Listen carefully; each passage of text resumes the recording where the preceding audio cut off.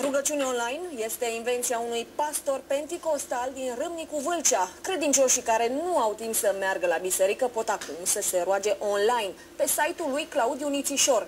Nu este singura ciudățenie legată de numele acestui pastor. Fundația pe care o conduce este gata să doneze o pereche de pantofi de mărime 52 și jumătate. Din păcate, niciun român nu trăiește pe picior atât de mare. Credincioșii care doresc să se roage pe internet trebuie să completeze mai întâi o cerere online. În urma solicitării, utilizatorul cu frică de Dumnezeu primește un e-mail cu o parolă care îi dă acces la un set gratuit de rugăciuni. Internetul scurtează astfel considerabil drumul dintre credincioși și urechea lui Dumnezeu, unde mai pui că unde-s mulți puterea crește, puterea rugăciunii. Ideea cu setul de rugăciune a venit în timp ce mă rugam pentru un copil. Atunci m-am gândit, uite ce bine ar fi fost dacă mai multe persoane s-ar putea ruga pentru copilul ăsta odată.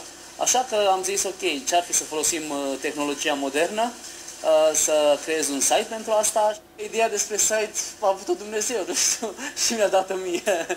Site-ul, considerat de pastor un veritabil smurt spiritual, este împănat cu expresii inedite. Biblia e GPS-ul meu sau Dumnezeu este opinia mea publică. Nu toată lumea vede însă cu ochi buni inițiativa pastorului. Am primit o mustrare, să zic așa, din partea unei persoane susținătoare a islamului, dar mi-a plăcut ce a spus, adică spune, dom'le, o idee prostească.